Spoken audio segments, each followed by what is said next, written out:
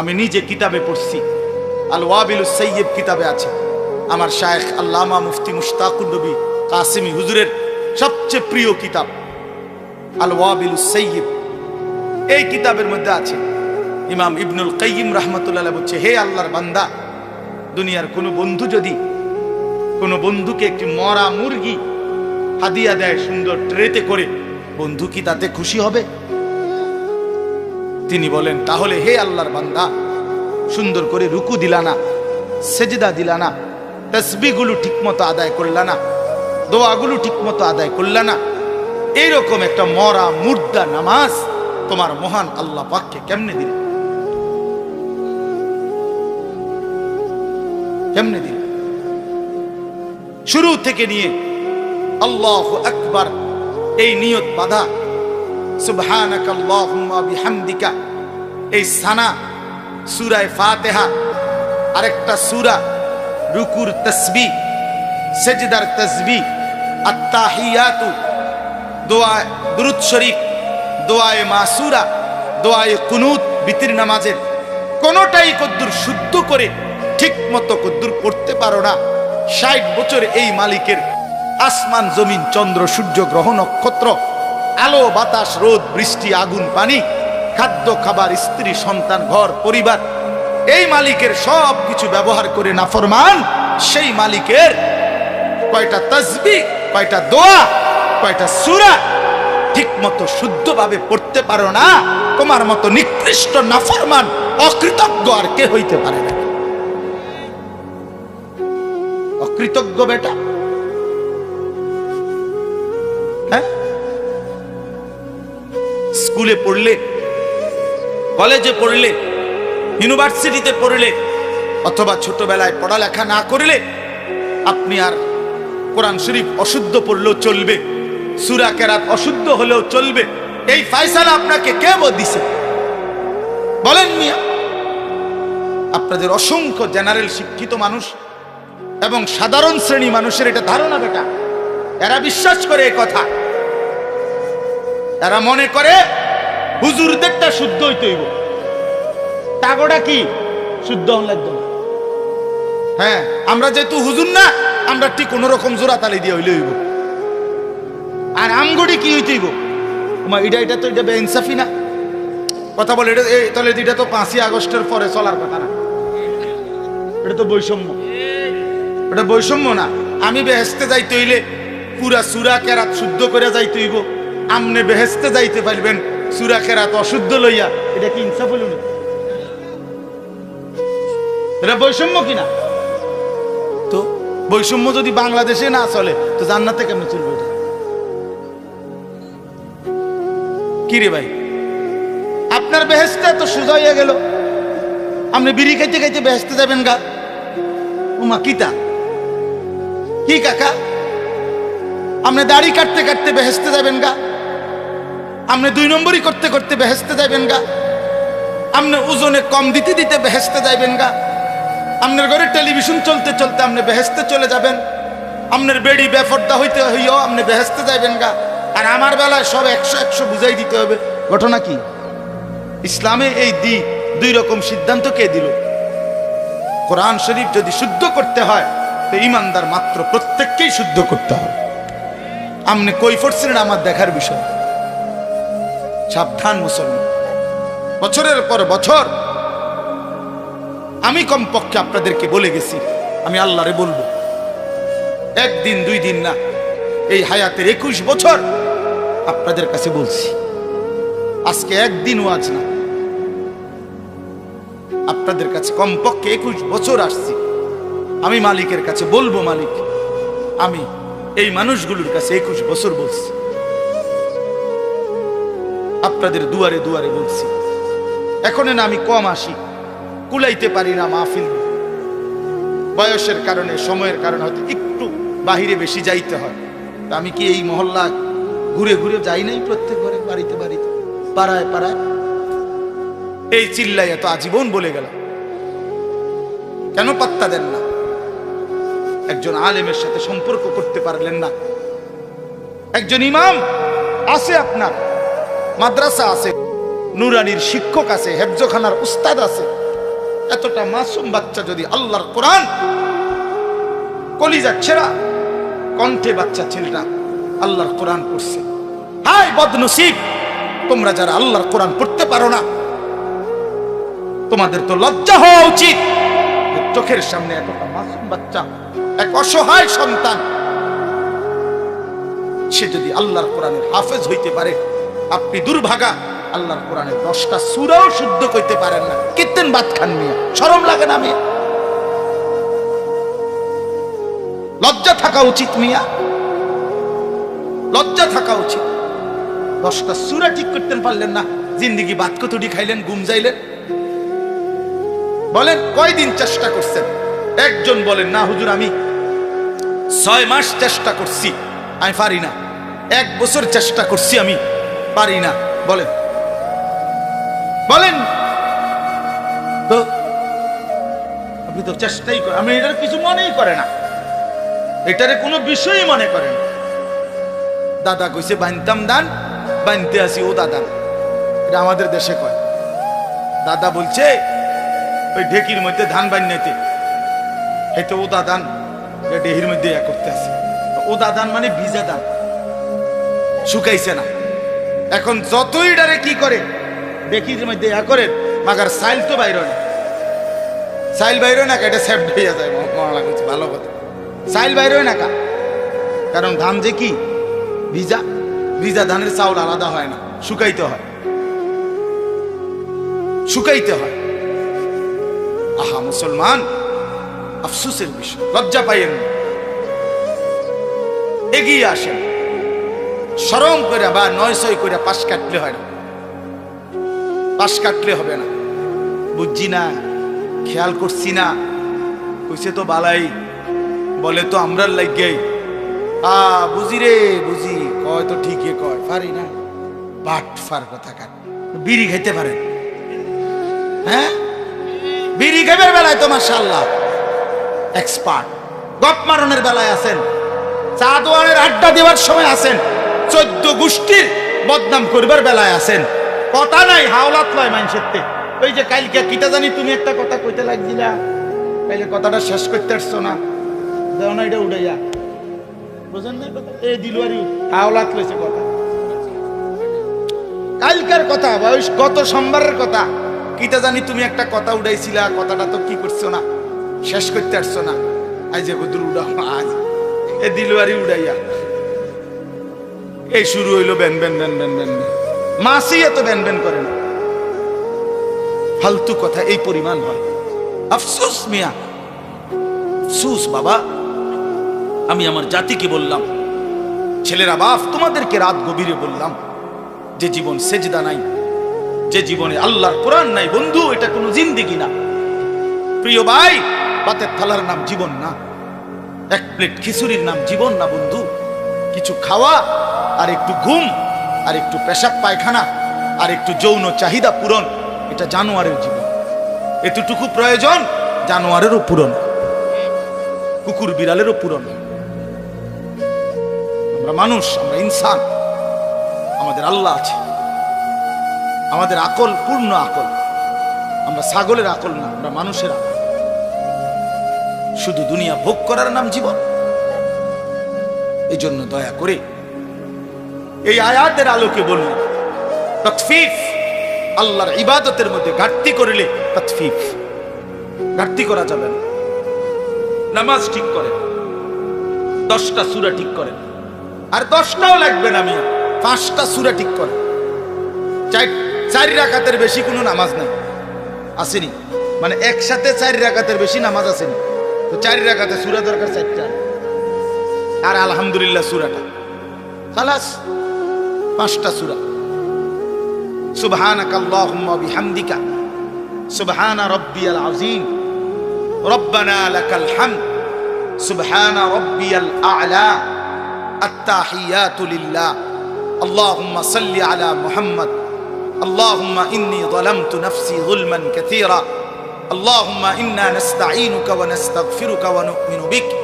এই দোয়ায় কুনুত, আর শুদ্ধ করে আল্লাহু আকবার, সামি আল্লাহু লিমান হামিদা, রব্বানা লাকাল হামদ, খালাস। জান্নাত, জান্নাতের বুঝ হয়ে গেছে। এর দূর করে এবারে এর দূর শিখত রাজি না, এমন শক্ত ডাকায় পাথর ভাঙে যাবে মাথার, এবার কলজা লড়ে না। বাপরে বাপ, পাষাণ ওই মানুষগুলো। এত হাজার বার, এত লক্ষ বার বলার পরেও যারা এই কদ্দুর সূরা কেরা ঠিক করে নাই, এদের কলজা পাথরের কলজা। তারা বুঝছে এটাই জিন্দিগি, মানে বনবিরি। 60 বছর বয়সেও মাগার বিড়ির অভ্যাস চায়। লজ্জা থাকা উচিত। কোরআন শরীফে স্পষ্ট আছে, এখানে ওলামায়ে কেরাম আছে, আপনি জিগান মিয়া। জাহান্নামীদের খাবার আল্লাহ নিজে কোরআনে বলছে, জাহান্নামীদের যে খাবার, এটার বৈশিষ্ট্য লা ইউসমিনু ওয়া লা ইউগনি মিন জু'। এটা পুষ্টি হবে না, এটার দ্বারা ক্ষুধা নিবারণ হবে না। এই দুইটা আইটেম জাহান্নামীদেরকে যা দেওয়া হবে খাইতে, ওইটার দ্বারা তাদের কোনো পুষ্টি হবে না, তাদের ক্ষুধাও নিবারণ হবে না। ঠিক বিড়ি সিগারেট এটা এমন একটি জিনিস যার দ্বারা কোনো পুষ্টিও হয় না, ক্ষুধাও নিবারণ হয় না। অতএব এটা শুধুই কেবল হতে পারে জাহান্নামীদের খাবার। ইমানদারের পছন্দ আগুন হইতে পারে না। কোন মুমিন আগুনকে পছন্দ করতে পারে না। বেটা, এটা তো আগুন, বেটা প্রকাশ্য আগুন। আগুন নাকে মুখে দিয়া ধোঁয়া বাইর করে, এটা ইমানদারের পছন্দ হয় কেন? মুমিনের পছন্দ এটা হবে কিভাবে বলেন? দুর্গন্ধ একটা মানুষের প্রিয় হয় কেন? বিড়ি সিগারেট দুর্গন্ধ না, না আতরের গন্ধ? তো তাইলে ফিকির করে, নিয়ত করে, লজ্জা কইরা, হিম্মত কইরা, সেট কইরা, আমার লগে জিদ কইরা ছেড়ে দেন। যা হুজুর বেটা, তুই এত বড় কথা কইলি বেটা, খাইলাম না। আমি তো চাই এরুম একটা সেট ওঠুক, আপনি শুনলেন কথা বলেন না? এটা উচিত না? বলেন এটা উচিত না? এটা লজ্জার কথা। এটা তো জাহান্নামীদের খাবার। আগুন কোনো মুমিনের প্রিয় হইতে পারে না, দুর্গন্ধ কোনো মুসলমানের পছন্দ হইতে পারে না। রাসূলুল্লাহ সাল্লাল্লাহু আলাইহি সাল্লামের দুনিয়ায় সবচেয়ে প্রিয় ছিল 1 নম্বরে আতর, সুগন্ধি।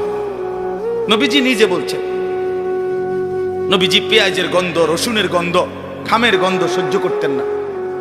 নবীজি যে রাস্তা দিয়ে হাঁটতেন, পুরা রাস্তা মেশক আম্বরের ঘ্রাণ শুরু।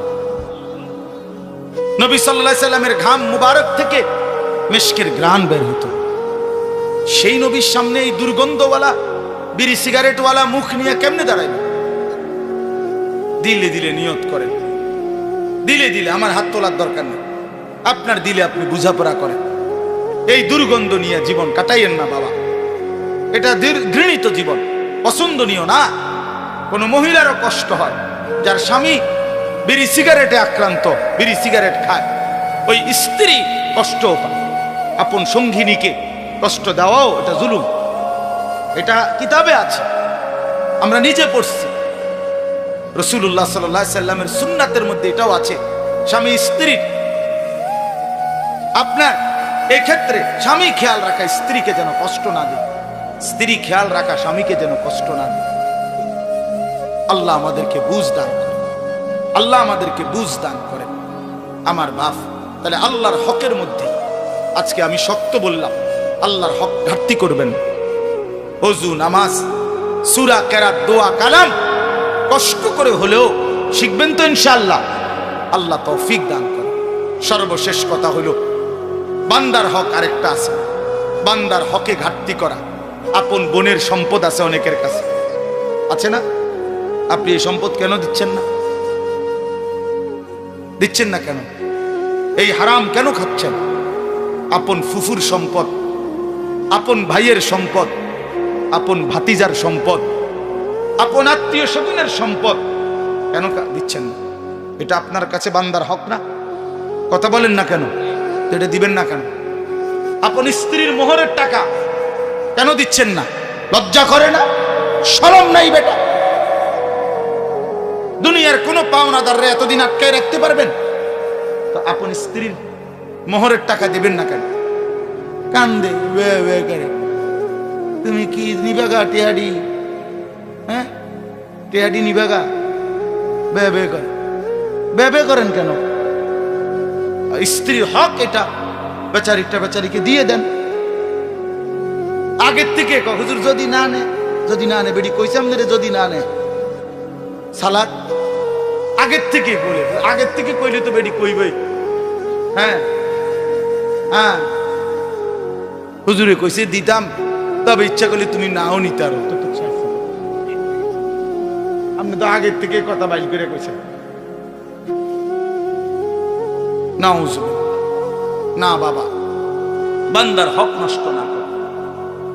এক বিগত জায়গা আল্লাহ নবী সাল্লাল্লাহু আলাইহি সাল্লাম বলছেন, যে কারো অন্যায় ভাবে জুলুম করে এক বিগত জায়গা, এরকম এক বিগত, মান আখাযা শিবরাম মিনাল আরদ জুলমান, যে কারো এক বিগত জায়গা জুলুম করে নেয়, আল্লাহর কসম নবীজি বলছে কিয়ামতের দিন 7 তবক জমিনের মাটি ওই নাফরমানের কাঁধে তুলে দেওয়া।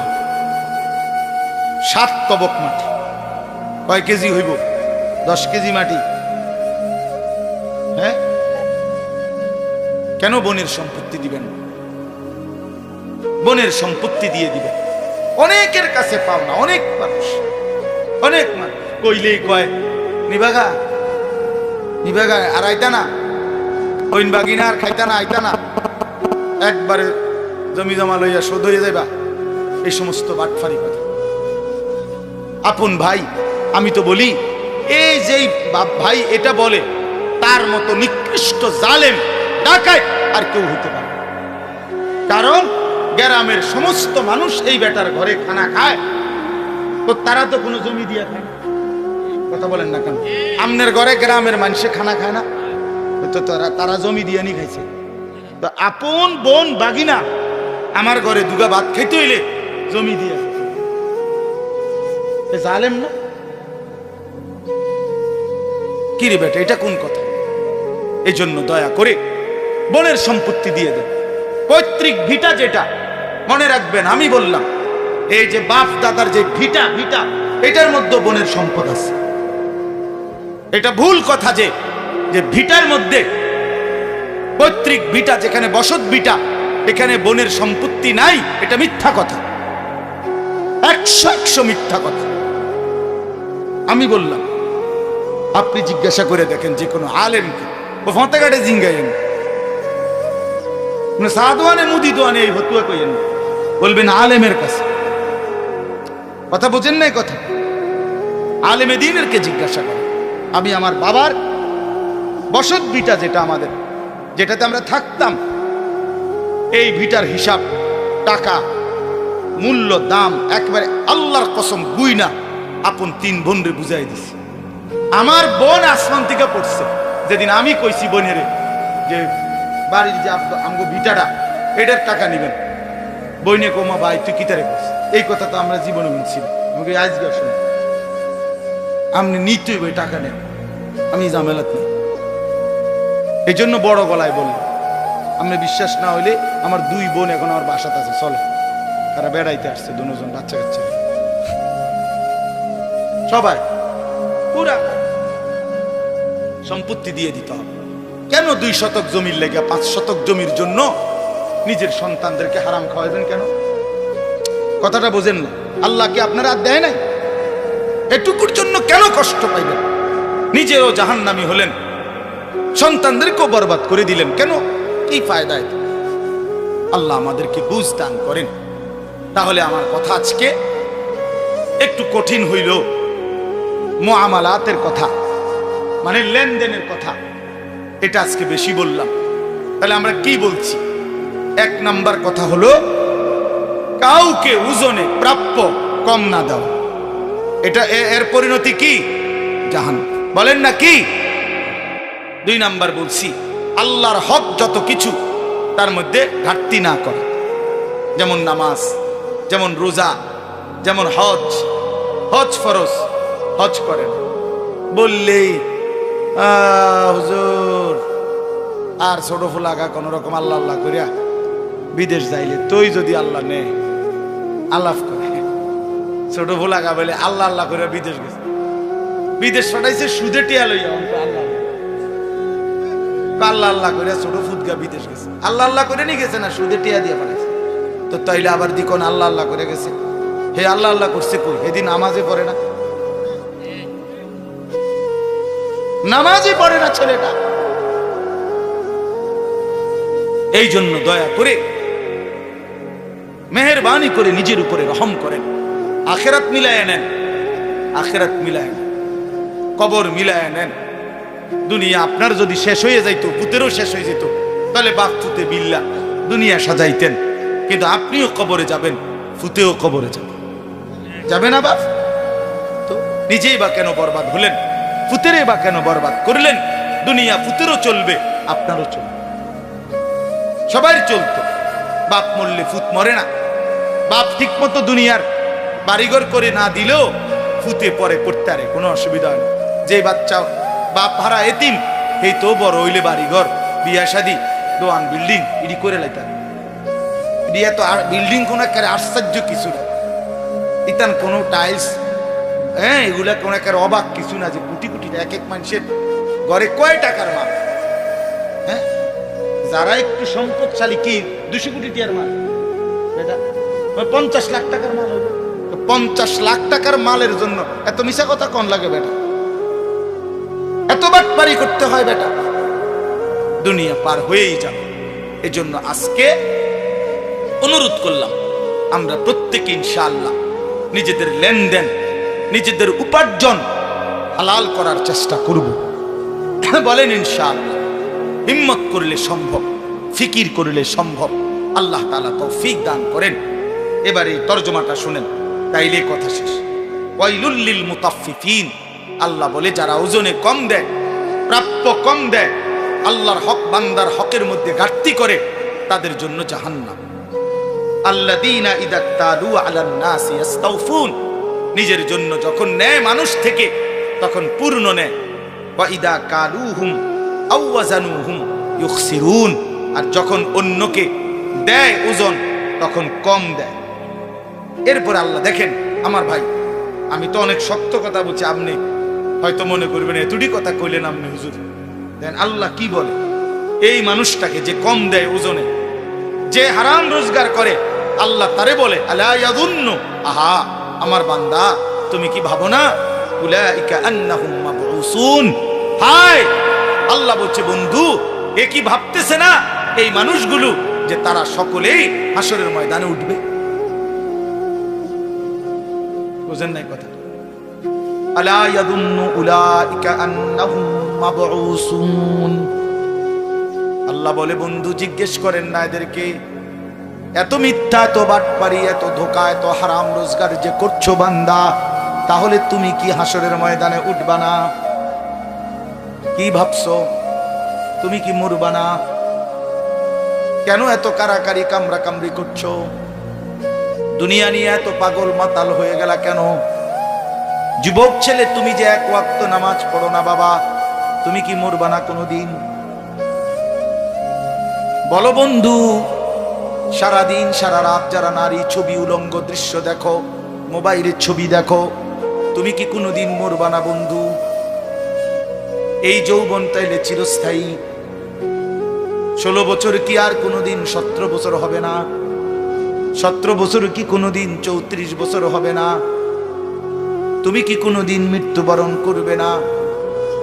কবরস্থানে গিয়ে দাঁড়িয়ে দেখো না বন্ধু, কোন জওয়ান মানুষের কবর আছে কিনা, কোন বাচ্চার কবর আছে কিনা। সে মরে গেল কেন? সেও তো মরতে চায় নাই। পৃথিবী তো কেউ ছাড়তে চায় না, কিন্তু পৃথিবী তো কাউকেই রাখে না। দুনিয়া তো কেউ ছাড়তে চায় না, কিন্তু খোদার কসম দুনিয়া তো কাউকেই রাখে না। একদিন না একদিন লাথি দিয়া কবরে ফেলে দেয়। এই জন্য বাপ, আলা ইয়াদুন্নু উলাইকা আন্নাহুম মাবউসুন, আল্লাহ বলে বন্ধু এরা কি ভাবতেছে না যে এদেরকে হাসরের ময়দানে উঠানো হবে? লিয়াউমিন আযীম, সেই দিন বড় বেশি ভয়ানক দিন হবে। লিয়াউমিন আযীম, হাসরের মাঠ বড় ভয়ানক, বড় ভয়ানক। মামুলি কোনো দিন না, মামুলি কোনো মাঠ না। কোরআনুল কারীমের মধ্যে আল্লাহ বলছেন, বন্ধু আমি কোরআনুল কারীমের সবচেয়ে বেশি যেই আয়াতকে ভয় পাই, আমি বারবার কাইপা উঠি যেই আয়াত শুনলে। কোরআনুল কারীমে আল্লাহ বলছে, ফাকাইফা তাত্তাকুনা ইন কাফারতুম ইয়াওমান ইয়াজালুল বিলদানা শিবা। আল্লাহ বলে, বান্দা কেমনে আমার নাফরমানি করছো? এত নাফরমানি করে সেই দিন কেমনে বাঁচবা যেই দিনের পেরেশানি কুলের বাচ্চাকে একদিনেই বুড়া বানায় ফেলবে। আল্লাহর কসম বাপ, এটা কোরআনের আয়াত। আমি আমার জীবনে সবচেয়ে বেশি ভয় পাই কোরআনের এই আয়াতটারে। ফাকাইফা তাত্তাকুনা ইন কাফারতুম। আল্লাহ বলে, বান্দা কেমনে এত নাফরমানি করছো? কাইফা তাত্তাকুন, তুমি বান্দা কেমনে বাঁচবা?